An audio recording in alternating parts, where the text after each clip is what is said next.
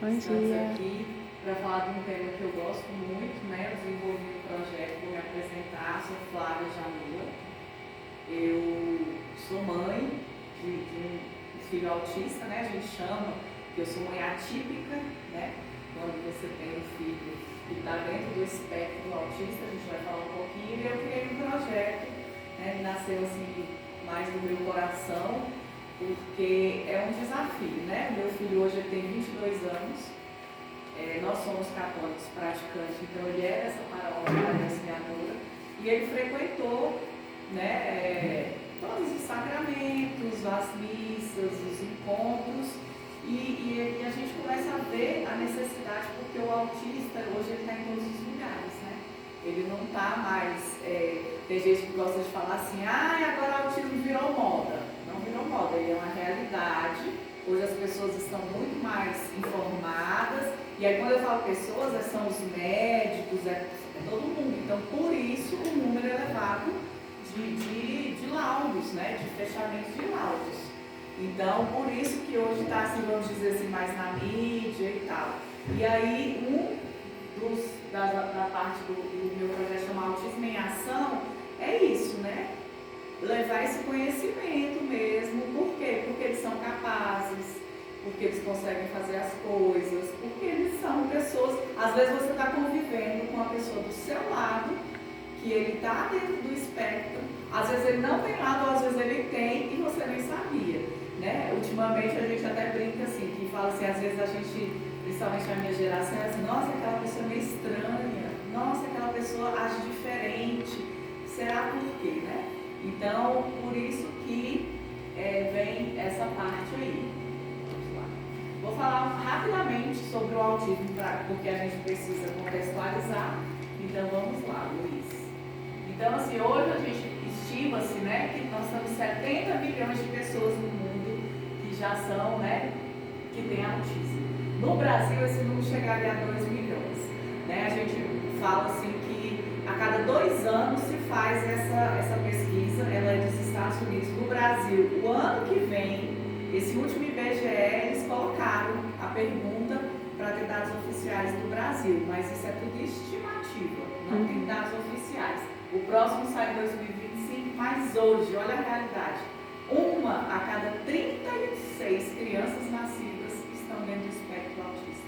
Ou seja, eu acredito que em 2025 essa realidade ainda vai ser um para cada, bem menos que 36. Ou seja, daqui uns dias na sua família você vai ter ou um irmão, ou um sobrinho, ou um filho, ou um neto, alguém da família vai estar, né, dentro do espectro. Então a gente precisa saber. Vai lá, Luiz. O que é o autismo? Ele é uma condição psiquiátrica mesmo, e ele se manifesta já na infância. A pessoa nasce autista, ela não vira autista, né? Tem gente falando aí, por causa da alimentação, por causa do uso de tela. Não é genético, né? A maioria das pesquisas já estão comprovando isso. E ela vai o quê? Na interação social, na linguagem e no comportamento. Que geralmente a gente só repara o autista quando ele está realmente nessa parte comportamental. Que aí, né, a gente vai falar ali rapidamente sobre as estereotipias, as ecolalias. Então, assim, e a gente, não há causa para esse isolamento, não é porque ele é triste, não é porque ele é depressivo, não, é a condição dele, é a forma que ele se encontra mesmo, e está tudo bem para ele. É a gente que tem que fica ansioso, né? Que nós somos seres sociais. Né? O ser humano é social. Quando a gente encontra uma pessoa que se isola, para a gente é estranho. Próximo. Né? E os avanços clínicos para o autista, para quem está dentro do espectro, são as terapias. São essa parte de inserir mesmo. Né? Então, essa parte, ela é fundamental. Por quê? Porque ele precisa desempenhar as atividades do cotidiano, né? São coisas tão normais, ditas normais para a gente, que para os autistas às vezes é um desafio enorme. Pode ir. Então, assim, coisas que a gente tem que ter na nossa cabeça. Autismo, TEA, né? A sigla TEA é que a gente usa a sigla, né? Transtorno do espectro autista. E ele não é uma doença, né? Ele é um transtorno do neurodesenvolvimento que dá uma nova condição permanente de viver e sentir o mundo para aquela criança. Ele nasce autista e ele vai chegar ao final da vida dele, adulto, idoso, adolescente, ele é autista no decorrer da vida. A gente fala que o autismo ele tem níveis de suporte. O que é níveis de suporte? Ele necessita daquele auxílio mesmo. Então, ele tem o nível 1, 2 e 3. Por isso que, às vezes, a gente vai conviver com muito autista, nível de suporte 1, que são as pessoas mais... elas têm as atividades da vida diária. Meu filho hoje está dentro do nível de suporte 1. Então, ele anda de ônibus, ele sabe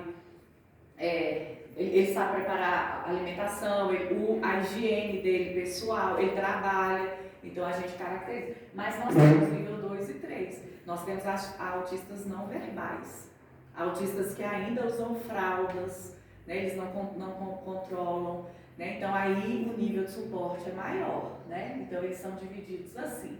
Hoje existem muitos direitos, tanto no âmbito da educação, da saúde, para tratamento, para segurança, atendimento prioritário. Então, assim, às vezes a gente vê aquele símbolozinho assim, né? É uma fitinha com esses quadradinhos, quebra-cabeça, né? E aí tem a vaga do estacionamento e tudo, e aí a gente vê na internet, né, gente? Um monte de gente que briga, porque não tem direito, o outro tem, enfim. Eu acho que essa parte aí, por isso dessa conscientização, a gente precisa dessa conscientização por isso. Às vezes você vai ver uma mãe, geralmente é mãe, esse é um dado que aí eu acho que interfere aqui para nós que somos igreja, que acreditamos nos sacramentos, hoje 78% das famílias que têm autista, as mães, os pais largam as mães, separam e são mães solos. Por quê? Porque a gente idealiza o filho perfeito. A gente, quando está grávida, ninguém sonha, agora eu vou engravidar e eu quero que meu filho seja autista. Não, a gente quer o filho ou a filha dentro dos padrões que a gente aprendeu da sociedade. Aí nasce, né? E aí vem as dificuldades, não é fácil o tratamento, a gente vai falar sobre isso, não é barato, a vida realmente do casal muda completamente. A mãe, geralmente, né, nós que somos mulheres, a gente entende melhor isso. A mãe assume esse papel do cuidar muito mais e o casamento, Então fica já um recadinho assim para nós que somos paróquia, que somos igreja, acolher essa família, né? A gente vai falar ali. Por quê? Porque ela precisa de ajuda. Você imaginou 78%, todas separadas, são mães solos, o pai, capa fora, porque o homem é mais complicado dele entender desse mundo, né, do cuidado, né? A gente sabe que o homem e a mulher são diferentes biologicamente, socialmente, em tudo, né? Então a gente também tem que trabalhar esse homem que ele precisa. Lógico, ainda tem pais que continuam, que apoiam, tem pai solo também, que quem larga é a mãe, conheço histórias. E quem cuida é o pai, não é mais a mãe, então a gente tem que, né, ficar nessa parte aí. Pode ir, Lulu. Então, assim, nas fundamentações legais, pode ir passando assim todas essas leis, ela tá lá, aí para. Então temos na Constituição fala, essa lei brasileira da inclusão fala, a lei Berenice Piana, essa tem a lei o Romeu Mion, temos leis distritais que falam até da profissionalização de incentivos. Então, o que acontece? O autismo, essa lei Berenice Piana, ela foi um divisor de águas, e olha como ela é recente, de 2012. Então, não é uma coisa assim muito antiga, né, de hoje. Eu, Flávia, com o João, 22 anos, né, ele foi, então vamos dizer assim, há 18 anos, porque foi de 3 para 4 anos, muitas leis dessas foi acontecendo e o João foi pegando carona, mas não tinha essas leis quando eu descobri, né, quando ele veio com o laudo. Então, assim, a gente também não precisa esperar a lei. Essa lei Berenice Piana que colocou o autismo como deficiência.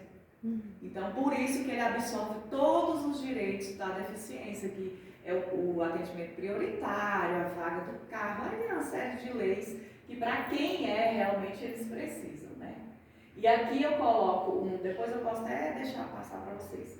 Esse aqui é do Vaticano News, que é já uma orientação que veio realmente do Vaticano. Foi quando eu comecei as minhas pesquisas e tal, que eu vi que eu ofertei, né? Falei assim, gente, a minha paróquia, já ofertei em outras paróquias também, porque já a orientação, a gente precisa do acolhimento dessas famílias e do autismo, né? A nossa igreja, a Igreja Católica, ela é muito organizada, ela é muito, e a gente tem que ser obediente, né? Eu acho que essa obediência por quê? Porque eles estão aqui na missa, eles estão na catequese, eles estão no grupo jovem, eles estão aqui, e eles, né, têm esse direito.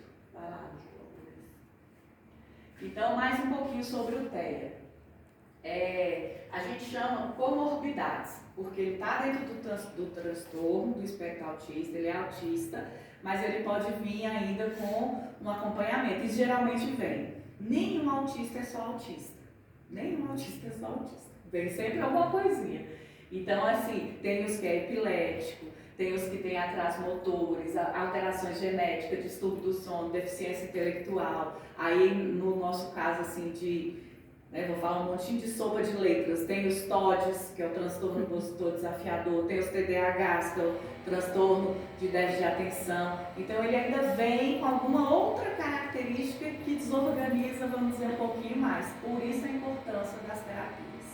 Quando a gente fala ali da rede de apoio, ela não existe. Ainda é muito deficiente pelo poder público.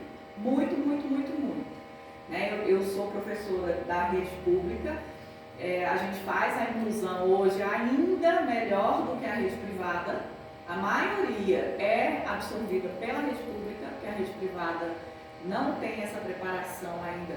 Não sei se é só de formação de professor, mas assim, como o custo financeiro fica um pouquinho mais alto, então não tem, mas SUS não funciona, é tudo muito precário ainda. Né? Eu falo que inclusão não é reduzir uma turma e colocar um monitor lá dentro. Isso não é só isso. Faz parte, mas não é só isso. Então essa rede de apoio, muitas vezes ela não vem do poder público e ela não vem às vezes nem da família. Né? Às vezes a própria família tem um preconceitozinho e não consegue. Por quê? Porque nós temos casos de crianças, né? Quando eu falei lá que a gente tem a ecolalia, a estereotipia, eles fazem gestos, eles gritam, eles emitem sons constantes, que para ele é uma regulação na cabeça dele, é uma regulação para ele quando ele está feliz, ele emite som, quando ele está triste, ele emite som, ele precisa desses momentos para reorganizar a mente. Então, às vezes, nem a família entende, né? Aí sempre vai ser assim, se fosse meu filho, dava surra, punha de castigo, né? Então, essa rede de apoio, eu coloco que não existe por isso, porque ela ainda precisa melhorar muito, né? E aí eles têm crises, né? Eles têm crises. O excesso de estímulo e a comunicação de realizar pedidos, excesso de estímulo seria o seguinte, seria uma coisa interessante para a igreja, para a catequese, para essas coisas. Por exemplo, nós somos de louvor, de música. Se você é autista, tem alguém autista, seu catequizando é autista, tenta colocar ele mais longe um pouquinho da música, porque incomoda. Se você fizer muitas coisas, muitos comandos ao mesmo tempo, muita luz, a luz, a lâmpada, a iluminação desorganiza ele pode entrar em crise. E aí, entrou em crise, eu faço o quê? Você tem que tira o que tiver para que ele vai machucar, porque ele pode pegar objetos e lançar, cadeiras, porque ele se desorganiza, ele pode bater, ser agressivo. Mas não é a questão da agressividade intencional, é porque ele está realmente numa crise. E não é uma birra também, porque muitas vezes a gente confunde isso. Então, assim, a gente tem que tirar os estímulos e esperar. Não adianta pegar. Quanto mais você toca nele, mais desorganizado ele vai ficar, né?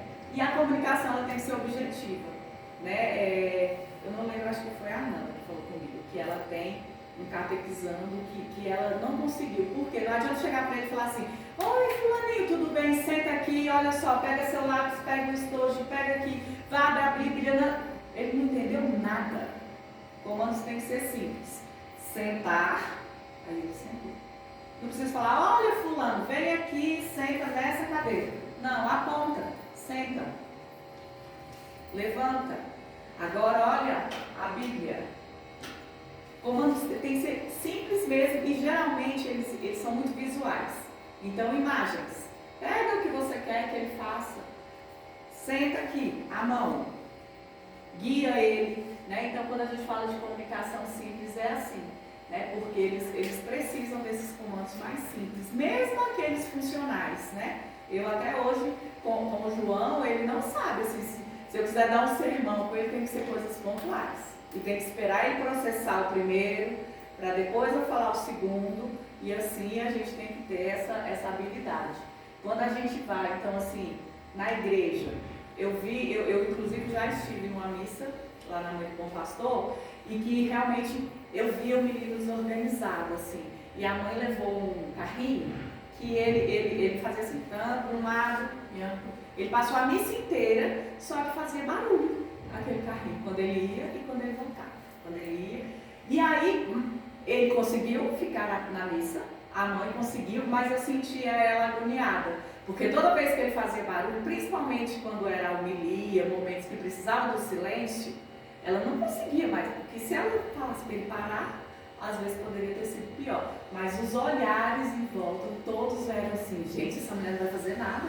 E ele estava com a identificação do cordão. Então, assim, nós temos esse quebra-cabeça, são dois que o autista pode usar, específico esse aí, que é do quebra-cabeça, e aquele também do girassol, que é um verde, que são as deficiências ocultas, que a gente chama, né? Que aí existem um monte aí, né? Que a pessoa usou, ela tem algum, porque ela não é visível, né? O deficiente físico e algumas outras doenças raras é visível, mas as outras não são, então a identificação é por isso.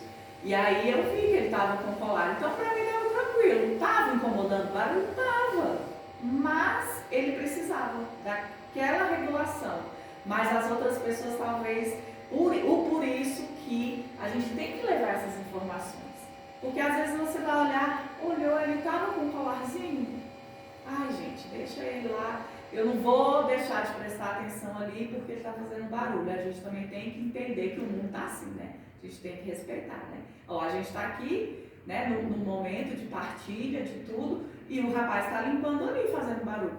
E tá tudo bem, a gente tem que entender que, né, a gente nem sempre vai ter aquela forma padrão. Vai lá, Luiz. E aí, eu vou falar um pouquinho dos desafios da família, tá? Então, assim, quando geralmente a gente identifica, eu sei que ninguém aqui, né, ninguém, eu mesmo fui uma das. Eu não li a caderneta da criança e ficava lá acompanhando o desenvolvimento do João, né? Ai, nem do Luiz nem da Alice. Gente, no primeiro mês ele tem que fazer isso, olha, no segundo isso, porque existe na caderneta da criança, aquela que a gente leva lá para vacinar, todos os desenvolvimentos. Gente, atrasou, hoje é o que todo mundo pede, os médicos, e vai lá. Por isso que quando no primeiro ano de vida, a mãe leva o menino todo mês na consulta do pediatra, porque o pediatra faz esse acompanhamento. Quando a gente vem na rede pública, é mais complicado, às vezes você não consegue mensal. Então leia você mesmo, né? Então teve atraso na fala, teve atraso para andar, para engatinhar, para olhar, para imitar. Gente, é alerta. Porque quanto mais cedo você busca o diagnóstico e você começa as intervenções, é muito mais fácil, porque aí a ciência fala, existem os cortes neurais. Você estimula, é mais fácil dele aprender. Então a gente precisa. E o primeiro desafio da família é buscar o diagnóstico, porque geralmente identifica-se quando vai para a escola. Então quem é da área da educação hoje também tem esse dever de casa, porque na escola a gente identifica. Deu o recadinho, opa, né? Só que a família, você imaginou você chegar para o pai e para a mãe e falar, olha, sabe o que é? Você imaginou, eu há 18 anos atrás fui chamada da escola e ela na época falou que ele era suspeito de síndrome de Asperger, que nem usa mais esse nome, mas era dentro, né, era o CID, hoje é o DSM-5, né, antigamente não era o DSM-5, então caracterizava síndrome de Asperger, tinha outros nomes, né, outros nomes, era o autismo clássico, síndrome de Asperger, transtorno global do desenvolvimento, eram outros nomes, né? Hoje tudo é autismo, não muda mais, tudo é TEA. Só tem, aí tem os Fs específicos, porque ele faz uma localização lá, mas isso é mais para médico e professor. Mas você chega lá e ele fala para ir para o psiquiatra, seu chão abre. Aí vem, todo mundo se sente angustiado, agoniado, e agora o que eu vou fazer? E aí você olha e fala assim, gente, mas ele, né, para mim é normal, né? Então assim, a gente fica nessa angústia. Segundo desafio, encontrou o laudo, caro, não é barato, porque é neurologista e psiquiatra infantil. Na rede pública se demora-se até 3 anos para fechar um laudo, no mínimo, na rede pública. Se você for para a privada, a gente estima-se assim, um custo de 5 mil a 7 mil na rede privada. Hoje os planos de saúde estão numa loucura aí, que cadastra, descadastra e vira briga, né? Porque onera, né? Você coloca uma criança. Hoje o plano de saúde é barato, né? Quando é de 0 a, acho que até 17 anos, né? É o plano de saúde mais barato. É 200 e pouco, 100 e pouco, né? Qualquer plano por aí, né? No máximo R$300. Mas quando é autista, ele vai gastar muito nas terapias, nas consultas. E aí eles estão descredenciando, não quero mais você não, porque você gasta, né? Então, pensa, depois procurar esse tratamento, que é de alto custo demorado. E é para a vida inteira. Ele vai ter momentos que ele vai fazer um monte, ele pode parar. Né? Na minha época só tinha, eu levava o João, era só fonoaudióloga e psicólogo. Não existia. Hoje tem psicomotricista, terapeuta ocupacional, neuropsicopedagogo. E assim, ó, hoje evoluiu. Aí você pensa, você colocar tudo isso no plano de saúde. Né? Então, os planos de saúde também, então assim, é outro desafio.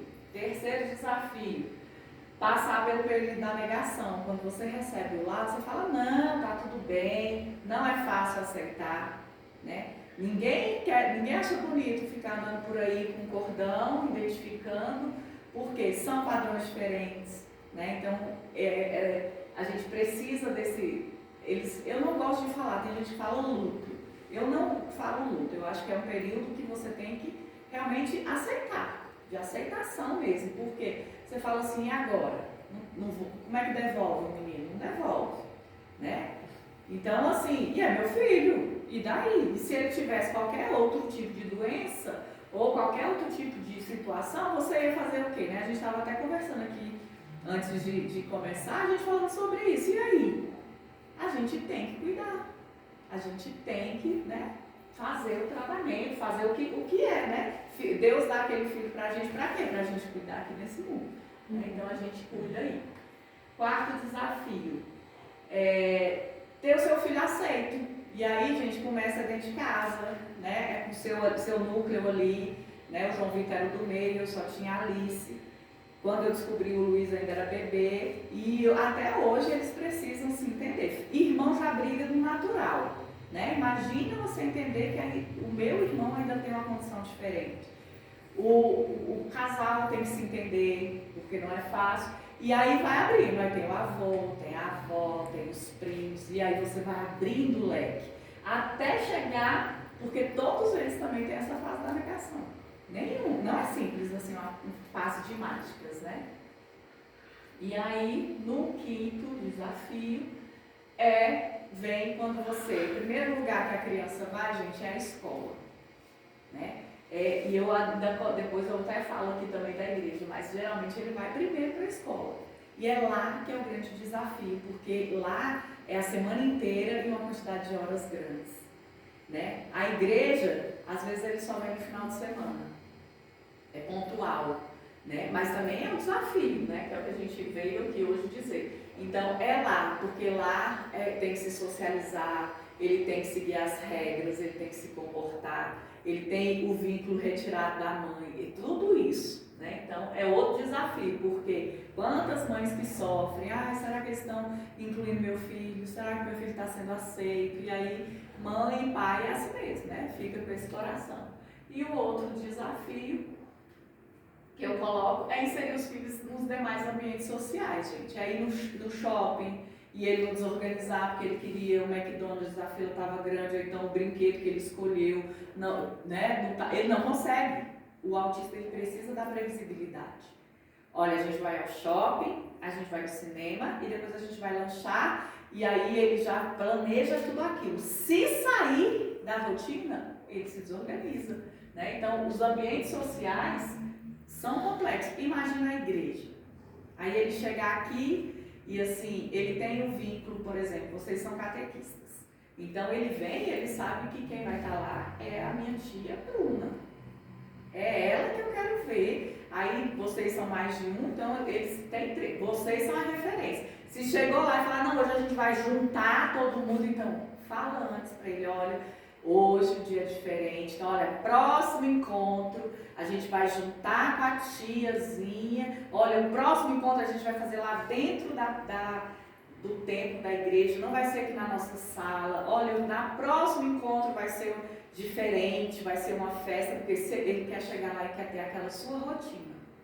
E a catequese também tem que ser a rotina, não é aula, não é escola, a gente sabe disso, mas eu sei que vocês têm um momento. Primeiro chega, acolhe, faz a oração, aí partilha a palavra, eu não sei como é que é, aí tem os temas que vocês abordam, e todo dia não é aquela rotina. Para o autista isso é importantíssimo. E se for mudar, já avisa ele no comecinho. Ou então deixa avisado já do encontro anterior, né? Porque ele sabe que depois que também terminou a catequese, principalmente os menores, eles vão para onde? Para a missa. Né? Procura sentar, gente, até parece besteira, mas procura sentar até no mesmo banco. Até isso para ele é importante. Né? Aqui senta os anjinhos, aqui é a Eucaristia 1, aqui é a Eucaristia 2, sabe? Até isso é importante. Até para a organização da criança, né? Aí eu vou entrar no lado de professora, porque se eles seguem a rotina, eles ficam, não, hoje todo mundo pode sentar do lado do seu pai, com a sua família. Beleza, né? Não tem essa importância. E eu acho que a igreja hoje, ela está começando a ter esse olhar, desse acolhimento, né? O meu João Vitor, eu posso dizer isso, na época eu até fui para a catequese, né? Virei catequista, por quê? Porque eu sabia, né, dos desafios dele. Então eu falei, eu vou para mim auxiliar. Mas ele entrou pequenininho, fez primeira comunhão, fez crisma, foi da perseverança, logo depois ele fez o SEGME, né? Então assim, ele foi inserido. Não tem outro jeito, né, da gente fazer isso. Hoje ele está um pouco afastado, tá, porque ele também não consegue tantas coisas ao mesmo tempo, ele começou a trabalhar, então assim, de vez em quando eu falo, hoje você vai à missa, que você está de folga. Hoje ele frequenta a missa, né? A gente está tentando que ele volte para algum movimento e ele gosta de ir, né? Então quando ele está de folga a gente traz ele. Por quê? Porque ele entende, ele sabe, né? Ele sabe rezar o texto, ele sabe fazer as coisas, mas tem que ensinar e tem que mostrar também, porque a gente tem, eu falo do João Vitor, mas com certeza a gente tem muitos outros nomes aqui que está aqui dentro do nosso ambiente, que a gente tem que ter a paciência e aquele olhar, né? Então, qual é o nosso desafio hoje da igreja, né? A igreja, desde o início, tinha como base o acolhimento e o cuidado. Então, quando falamos de inclusão, a igreja deve ser abrigo seguro para a criança, adolescente e sua família, né? Então, assim, gente, começa a olhar essa família. Às vezes ela está precisando só de sentar e conversar, né?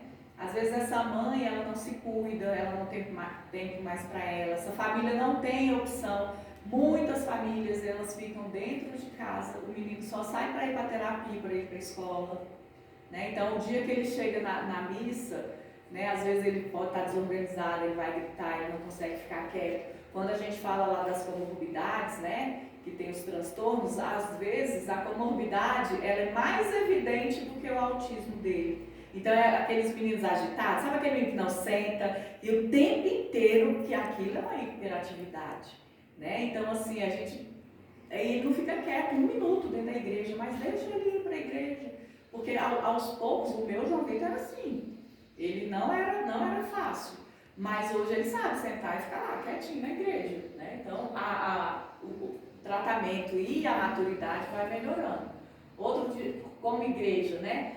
Conscientizar os membros a respeito da inclusão, organizar eventos, palestras, mensagens que abordam, né? Então, assim, já é um grande ganho a gente vir aqui falar sobre isso, porque precisa, e não é só a catequese, né? O pessoal da acolhida, o pessoal, ministro da Eucaristia, João Vitor fez a primeira comunhão, né? Ele vai para a fila, ele comunga, ele tem que saber, né? Ele tem que respeitar a hora da homilia, né? Gente, a hora da homilia é uma hora de prestar atenção. Para eles é fácil? Não, mas tem que insistir, tem que levar, e não é com a briga, né? Então a gente precisa desse momento, né? De trocar. Nossa, eu não sabia isso. Nossa, olha, você falou um negócio que eu nunca tinha pensado, né? Então, assim, a gente tem que fazer essas abordagens mesmo, constante, né? E não é só a catequese, eu acho que tem que ser, porque isso a gente leva para a vida, né? A gente fala muito da igreja, né? Assim, tem na igreja, mas a gente vai levar para a nossa vida.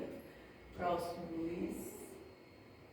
A catequese é o local, assim como a escola, que as crianças e os adolescentes estão mais presentes. Então, por isso que foi assim, o primeiro lugar que eu quis, né, falar, para receber as informações, orientações dos comportamentos dos autistas, para evitar olhares e recriminação. Porque assim, é aqui que eles chegam, os jovens, as crianças, é igual isso, aqui não é, vamos falar que é uma escola, né, para evangelizar para os sacramentos, não é escola, mas é por aqui que as crianças entram, é pela catequese que ela vai entrar, ela não vai, né, porque depois eles vão crescendo, ó, já temos os jovens, a crisma. O que eles fazem? Ou eles voltam como catequista, ou eles vão para um grupo de jovens. Aqui na paróquia tem os cerimoniários, tem as guardiãs. O João Vitor já foi coroinha. Ele não quis ser o cerimoniário, mas ele foi coroinha. Você acha que eu fiquei como? Fez a formação, falava assim, meu Deus, abençoa, que ele não derrube as coisas tudo lá no altar. Você acha que eu não fiquei agoniada? Com certeza, mas nunca aconteceu. E se acontecesse também? Tá tudo bem. Ele aceitou, ele quis, ele fez a formação, ele foi, ele fez e pronto. Né? Isso é inclusão. Ah, não, esse menino é TDAH, esse menino é autista, não, aí ele vai lá pro altar e aí vai que ele derruba as coisas. Não, ele dá conta, ele vai dar conta. É só organizar, ensinar. Dia da coroação, né? Aqueles que não querem que veste de anjinho, aquele mais agitado. Deixa ele, é bonito, porque tudo que criança, principalmente pequenininha, faz, isso já é bonitinho. Mas deixa o adolescente também, né, a forma de se expressar. E aí, Jesus, em muitos momentos do seu ministério, né, ele curou muitas pessoas com deficiência. E mesmo não importando com a deficiência, eles o tratavam com dignidade, né. Eu fiquei vendo, assim, né, a gente lê a Bíblia aqui, a maioria aqui é bem, né, praticante mesmo. E quantas vezes, né, a deficiência e essa parte veio de Jesus, quantas que Jesus curou, né? Quantas pessoas deficientes, mas ele nunca, eu até assisti aquela série lá, The Chosen, porque assim, eu gosto muito da prática. Eu vi quando ele teve um lá que até discípulo dele, acho que é Tiaguinho, não, é Tiaguinho, que ele é deficiente físico. E Jesus não curou ele questiona na série, né? Eu depois até quero pesquisar mesmo na Bíblia, mas assim, é porque, lógico, a gente sabe que a série ele trata assim, das passagens bíblicas, eu lia na íntegra, mas tem também a parte, né, que me fez fazer uma reflexão. Por que Jesus não curou ele? Porque estava tudo bem para Jesus, ele não discriminava ele pela deficiência, ele era discípulo dele, ele andava com ele. Então, independente de ser autista, ser deficiente e estar na igreja, mas por que Jesus não curou? Não é esse questionamento que a gente tem que fazer. Jesus acolheu. Jesus não discriminou. Acho que é esse o aprendizado que ele queria. Ele curou alguns da cegueira, mas outros não. E por quê? Porque é assim que tem que ser. Porque Jesus falou assim, olha, ok, todos somos diferentes. Todos. Independente de transtorno, de laudo, de nada, todos nós somos diferentes. Então, eu acho que esse é o ensinamento que Jesus quis dar, que a gente tem que tratar e acolher os outros. A gente volta à nossa conversa antes, né? Acho que foi providencial. Eu falo muito que hoje a sociedade ela está adoecida. As pessoas estão esquecendo de olhar para o outro, de ouvir o que o outro está precisando, de acolher o outro. E isso, quando a gente trata de inclusão, está pior ainda, né? Ah, esse aqui não está no padrão, então, né? E às vezes até aquele que está no padrão, ele está vindo aqui, né? Quando a gente iniciou, que a gente fez a nossa oração, que o Espírito Santo, ele precisa voltar mesmo, né? Porque a gente está desanimado. O mundo realmente hoje, ele está ofertando coisas demais que a gente tem que ter essa sabedoria de falar isso não está legal, isso não está. Porque ao mesmo tempo que a gente está na euforia, a gente desce. Porque a gente quer o quê? Só euforia, a gente só quer o que é legal. A gente não sabe lidar mais com os desafios. E essa geração da agora, ela tem que ser melhor que a minha. Né? É ela que é o futuro. Então nós somos assim, né? A catequese assim, é muito mais jovens do que o pessoal da nossa geração, mas tem que ter esse equilíbrio, respeitar os mais velhos, porque, né, já vivenciou, teve uma caminhada, mas vocês têm que ser melhores agora. E hoje os jovens, principalmente, eles não sabem mais lidar com quando não tem, não consegue. Tudo tem que ser rápido. Tem que conseguir, tem que dar certo, não é um show que eu quero ir, não é isso que eu quero acontecer, não sei o que, isso não está legal. A gente não pode mais viver assim, né? Então a gente tem que voltar a lembrar de Jesus e seguir os passos dele, né?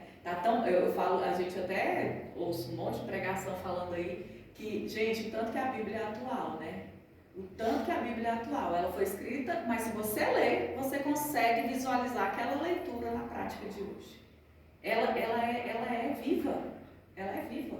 Jesus, o que ele deixou é para hoje, não foi lá para quando ele estava aqui, né, fisicamente. Não, é para hoje. Então a gente tem que pensar sobre isso. Vai, Luiz. Então, dicas práticas importantes. Adaptar o volume, né, do microfone, dos instrumentos, quando fosse na missa, até na catequese. Mantenha assim tudo que tá, mas, por exemplo, você sabe que aquela sua criança, conversa, né, com a família primeiro, porque às vezes a família sabe muito mais dessa criança do que a gente. Coloca ele um pouquinho mais afastado, né, Lojinha, Luiz.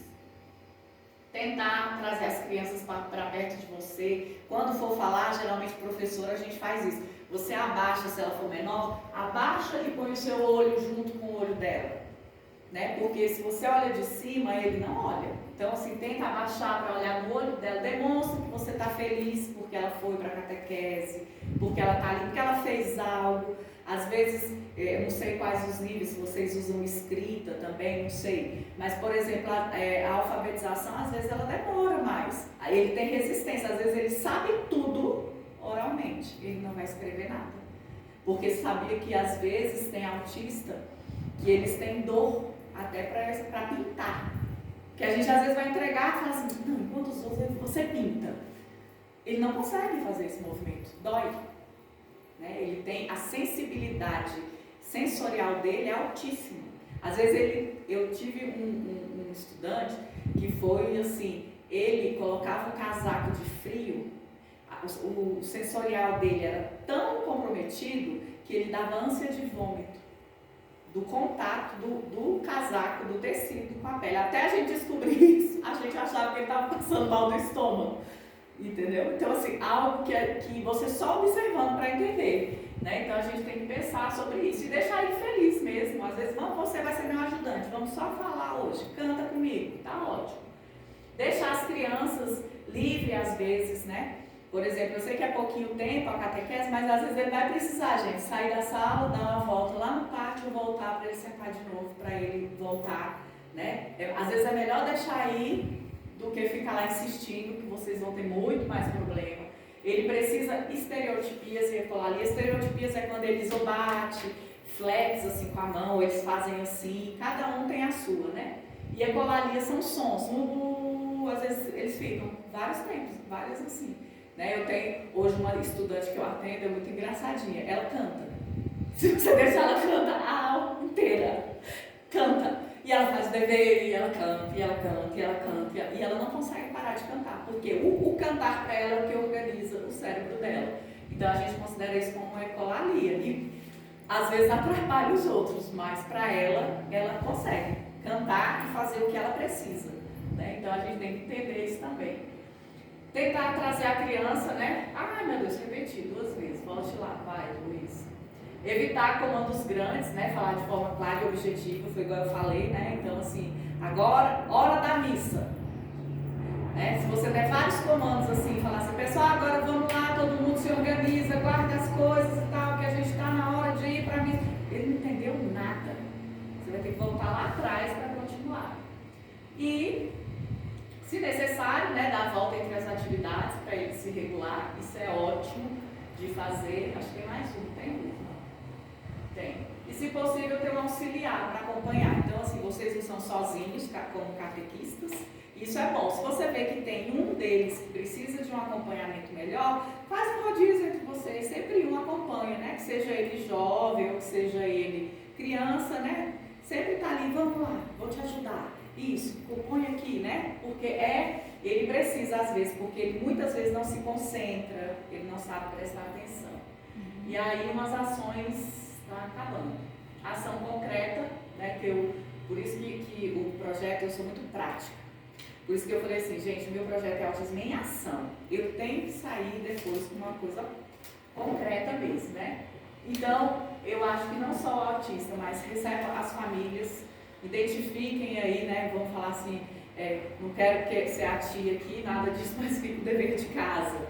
Olha para os seus catequizandos e conheça os pais deles, né? Veja se vocês se identificam e receba essa família também. E não só dos autistas, sabe? Eu acho que de todos. A gente não sabe o que aquela família está vivendo, né? Eu acho que a missão do catequista, ela vai muito além daquelas horas de domingo que vocês ficam ali, porque eu acho que Deus deu aquela família para vocês, não é só aquela criança, né? Eu vejo a dificuldade que é quando vocês chamam os pais para participar, né? Às vezes uns já, meu Deus, é tanta coisa na igreja, não sei o quê, então a gente tem que ir com carinho e amor, que a gente não vai trazer esse povo na cobrança e não, tem que ser com carinho e amor, não tem outro jeito. Proporcionar esse ambiente, né, mais adequado, né? Então com aquele auxiliarzinho se precisar, se for, eu não sei de verdade, mas se tiver, depois quiserem que eu converse também primeiro com a família, eu converso de boa, não sei se tem autistas frequentando a catequese, né? A gente pode até começar a ver esse levantamento, porque aí eu ajudo, não tem problema, pode me chamar, né? Eu converso com a família, eu ajudo vocês nesse primeiro acolhimento aí, né? Porque a gente pode também, às vezes muitas famílias não estão aqui com medo de falar, como que eu vou levar o meu filho? Será que eles estão preparados? Né? Então, às vezes a gente pode fazer esse link aí. Capacitar, né, as pastorais e movimentos. Então, assim, a ideia é começar na catequese, mas é levar para os outros também, né? Vai ter dúvida, vai ter isso, vamos compartilhar, vamos trocar ideia, né? Para a gente trazer essas pessoas para a igreja. Aí, né, enfim, aí eu coloco acolher as famílias sob demanda e ter um olhar de misericórdia ao invés de condená-las, né? Porque a gente tem que ter esse olhar, não está fácil, né? Então, às vezes o menino falta, às vezes quer sair mais cedo. Agora que a catequese está aqui na escola, muitos ali fogem, não estão indo para a missa. Vamos acolher, vamos à missa. É importante, porque, gente, se você não vai à missa, como é que você vai cobrar do seu filho ir à missa? Né? Lá em casa eu já estou ao contrário, quando eu não vou à missa, eu que sou cobrada. Quer dizer, isso é legal, porque ele aprendeu, o Luiz aprendeu, porque quando eu não vou, mãe, aí eu falo assim, mas não, isso na canção nova não vale. Eu falei, ok. Então assim, tá, e ele tem que me cobrar mesmo, tá certo, né? Porque é isso que a gente precisa. E criar um espaço de encontros periódicos com os pais para fazer essa inclusão acontecer. E quando eu falo com os pais, aí eu acho que assim, né, minha sugestão, né, não estou impondo nada aqui, porque às vezes a gente pensa que tem que falar só com o pai do autista. Não. A gente tem que falar com os outros pais. Porque, gente, vou ser sincera para você, a criança ela não é preconceituosa. E aí eu falo tudo. Questão de raça, gênero, deficiência, a criança não é preconceituosa, mas ela, se ela estiver vivendo num ambiente e for orientada, ela vai. Aí acontece, quando chega nos ensinos médios, os meninos vão crescendo, os bullying, essa parte, gente, bullying é uma coisa seríssima. Tem meninos que se suicidam. Eu estou com um caso que eu estou acompanhando de uma escola de ensino médio, que o autista foi incentivado, obrigado a usar droga, porque eles são muito suscetíveis e eles não têm maldade. Ele usou a droga, a mãe fez o quê? Tirou da escola, né? Tentou mudar de escola e tal. Ele gostava da escola, porque eles gostam. Vai chegar a hora que eles querem ir para a escola, eles querem fazer as coisas. Ele entrou em depressão e tentou um suicídio. Então, assim, a gente precisa ter esse olhar. Eu acho que a igreja, ela pode sim ser. A escola tenta fazer esse papel, mas eu acho que não é só da escola, eu acho que ele é da sociedade. Então, pegar outras famílias e falar assim, olha, você tem que ensinar seu filho a ter paciência, a não ter preconceito. E aí não vou falar só de autismo. Racismo a gente acha que não existe? Um monte. Bullying? Um monte. Né? A questão física, né? Baixinho, gordinho, magrinho, feinho, usa óculos. Hoje isso tudo tem que... A pessoa adoece mesmo, principalmente o jovem. O jovem não tem esse equilíbrio emocional, né? E manter o canal de comunicação aberto com as famílias da comunidade, principalmente dos autistas, porque essas famílias, aí eu vou falar de verdade, essas precisam de acolhimento. Elas não têm uma vida, vamos dizer assim, dentro da normalidade como a nossa, né? Às vezes muitas mães ali, pais de autistas, eles não dormem à noite, porque o distúrbio do sono do menino, o menino tem seletividade alimentar, então ele não come direito. Às vezes ele quer vir à missa, mas às vezes ele passou a noite toda sem dormir, como é que ele vai acordar e vir à missa? Então, são famílias que precisam muito mais de um olhar amoroso, de um olhar de caridade mesmo, vamos dizer assim. E é isso, os desafios são grandes, mas talvez não tão grandes quanto o da família, né? Então, assim, às vezes a igreja, a escola fala assim, mas é muito difícil. Imagino da família, né? A gente passa poucas horas com esses meninos, mas eles é para a vida toda, né? Hoje ele é seu catequizando, hoje ele está aqui, mas para a família vai ser sempre, né? E é isso, vai, Luiz. Ney, se vocês quiserem fazer alguma pergunta. Eu tenho. Por exemplo, maravilhoso, viu? Parabéns, muito bom. Sobre a questão, por exemplo, a criança em crise, né? Por exemplo, tanto a criança, o jovem, enfim, a pessoa com o espectro em crise. Que a gente não conhece, né? No primeiro momento, assim, profundamente, às vezes a família não passa ali a questão, e aí você, às vezes, precisa intervir no momento que a pessoa está no sofrimento, né? Qual seria a orientação, assim, por exemplo, no primeiro momento? A pessoa ela começa a manifestar que ela está descontente, gostei muito do termo também, desorganizada, né? Por algum motivo, por algum estímulo, e a gente não entendeu qual que é. E aí ela vai ter as reações... Eu já vi pessoas que elas abraçam, né? E aí, por exemplo, você falando que para eles é um sofrimento essa questão do contato físico. Qual que seria a sua indicação, assim, para nós, por exemplo? Vimos a criança, ela não está com a família e ela, por algum motivo, ela começa ali a se desorganizar, né? Qual que seria, assim, a sua indicação para nós, independente de idade? O abraço, ele é indicado, só que o abraço, ele tem técnica para você, né? Você tem que abraçar por trás, você tem que virar o seu rosto, porque ele pode dar cabeçada em você. Então, assim, por isso que a gente não orienta muito o tocar. Mas tem uns que gostam do abraço, mas tem uns que não. A primeira coisa que a gente tem que fazer, igual você falou, a família não veio e não falou, é identificar essa família e chamar ela. Ela sabe muito mais do que a gente, né? Tem crianças que eles se organizam o quê? Aquelas bolas de pilates, ele precisa balançar. Ele precisa balançar, ele volta. Uns precisam sair do ambiente, o outros precisam. O ideal é o quê? Geralmente na catequese eu acho que é só cadeiras assim, não tem muita coisa mesmo. Tirar assim, por exemplo, às vezes você tem lá em cima da sua mesa uma tesoura, um grampeador, ele pode pegar e tacar e bater na cabeça do outro. Então você tenta tirar tudo que pode ser perigoso e deixar e abaixar. Sempre abaixa, olha para ele e fala assim, o que você quer? Comando simples. Ou então só fica em silêncio, olhando para ele saber que você está ali. Geralmente, as crianças que já vão para o convívio social, né, no caso da catequese, e que a mãe não explicou tudo para vocês, ela tem um nível de suporte 1. Então, as crises dela vão ser mais assim, não vão ser tão agressivas, né? Eu acho que quando é centro, com nível de suporte 3 é pior. Então, assim, deixar, se possível, deixa ele sozinho dentro da sala e sai com os demais, porque você não vai conseguir tirar ele, porque ele fica mais. Então, assim, e tem que ser de uma forma natural. Olha, nós vamos agora lá para fora, agora respirar. A respiração é algo importante, né? A criança, ela sabe respirar melhor do que a gente. Então, vamos lá, pessoal, todo mundo respirando. Porque ele vai por imitação. Né? Então vamos deixar o coleguinha, vamos fazer silêncio agora, todo mundo, né? Então assim, você pode usar essas técnicas assim, né? De silêncio, essa parte aí é importante, o barulho e os estímulos é o que mais desorganiza eles. Uhum. Então, por exemplo, é uma criança, aí ela começa a se desorganizar.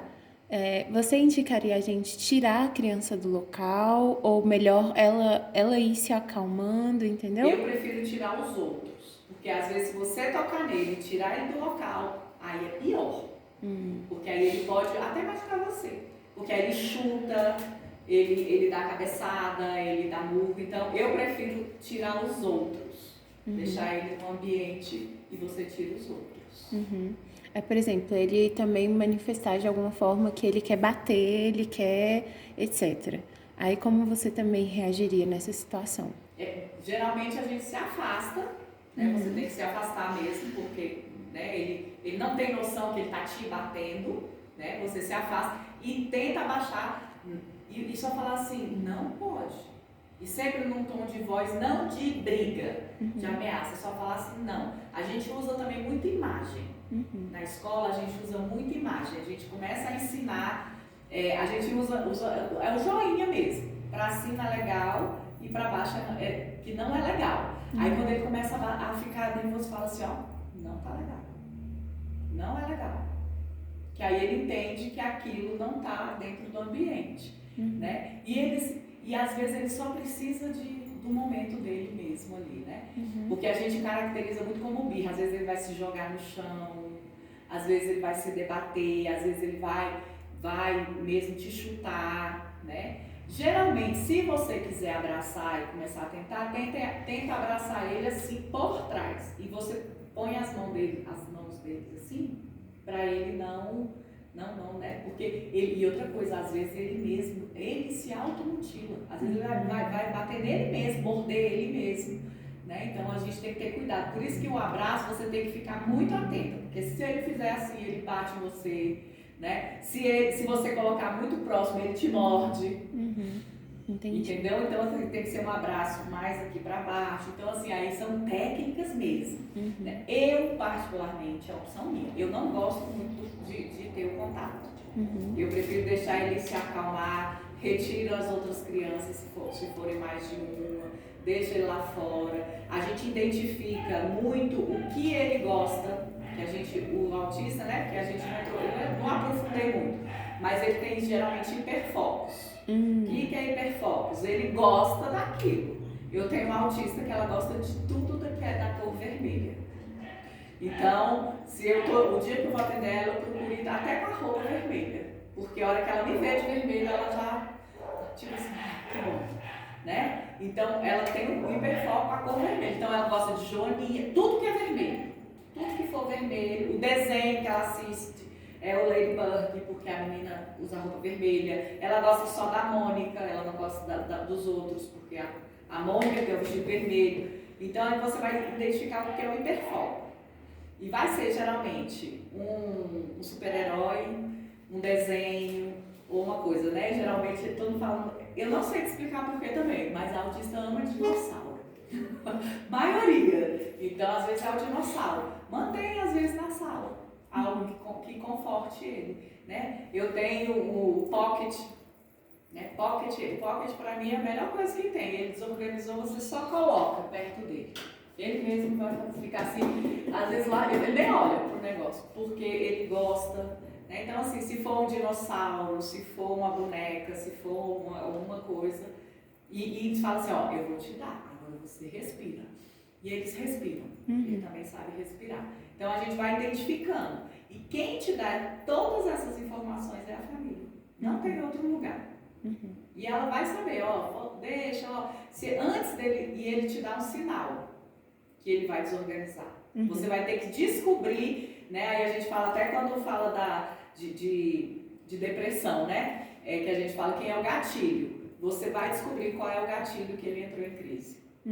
Vai chegar uma hora que você vai falar assim, ixi Maria, hoje eu não posso pensar nisso, porque se eu falar e vai acontecer isso e vai dar um gatilho nele. Né? E é assim mesmo, a crise geralmente foi alguma coisa. Ou foi um som, ou foi um barulho, ou foi alguma coisa que saiu da rotina, ou porque ele já chegou. Ou quando ele chega, você já visualiza. Fala assim, ele não dormiu direito. E aí você já sabe que aquele dia vai falar assim, esse dia hoje vai ser o desafiador. Né? Então aí muda a rotina, faça atividades mais tranquilas, né? E aí é assim que funciona. E depois que ele se organiza, você acha interessante de alguma forma conversar ou deixa e é realmente quando a poeira baixar ou tem alguma coisa que, por exemplo, eu já vi também crianças, por exemplo, que ela está desorganizada de alguma forma, ela quer alguma coisa e aí você precisa distrair. Esse também é o caso, por exemplo, do aspecto ou não? O que você nos indicaria? Na verdade é porque assim, quem está dentro do transtorno do espectro autista, o que acontece? Ele realmente, a gente usa a técnica fala assim, olha, você termina essa aqui que eu te dou isso. Você faz a compensação. E eles precisam conversar com ele depois da crise para explicar. Não adianta nada. Ele não tem essa compreensão.